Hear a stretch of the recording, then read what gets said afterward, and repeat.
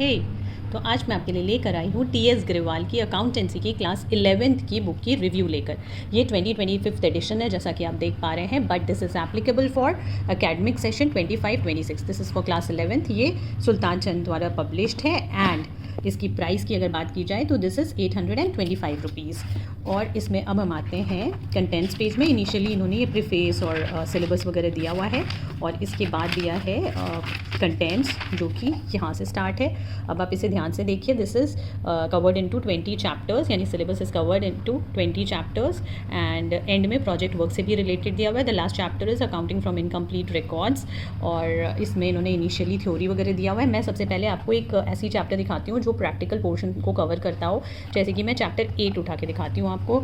Chapter 8 पर की अगर बात की जाए तो वो स्टार्ट होती है यहाँ से और इसमें ये सारे थ्योरी दिए हुए हैं। और जैसा कि आप जानते हैं ग्रेवाल जी थ्योरी थोड़ी ज़्यादा लिखते हैं, विच इज़ ऑल्सो गुड, ताकि बच्चे ज़्यादा थ्योरी कवर कर पाएँ।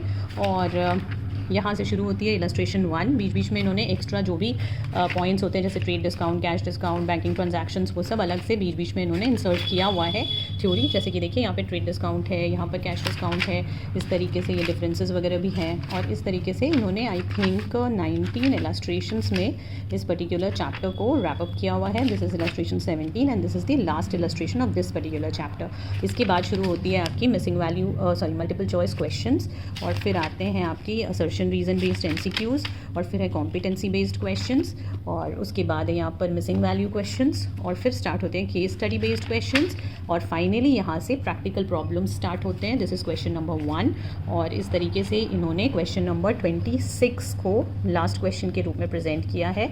मतलब टोटल इसमें 26 प्रैक्टिकल क्वेश्चंस हैं एंड इस तरीके से आपका ये चैप्टर ओवर होता है। और मैं थोड़ा सा आपको प्रोजेक्ट वर्क भी दिखा देती हूँ जो इन्होंने 52 पेजेस में कवर किया हुआ है, which starts from P1। यहाँ से ये शुरू होती है। This is P1, that is project work.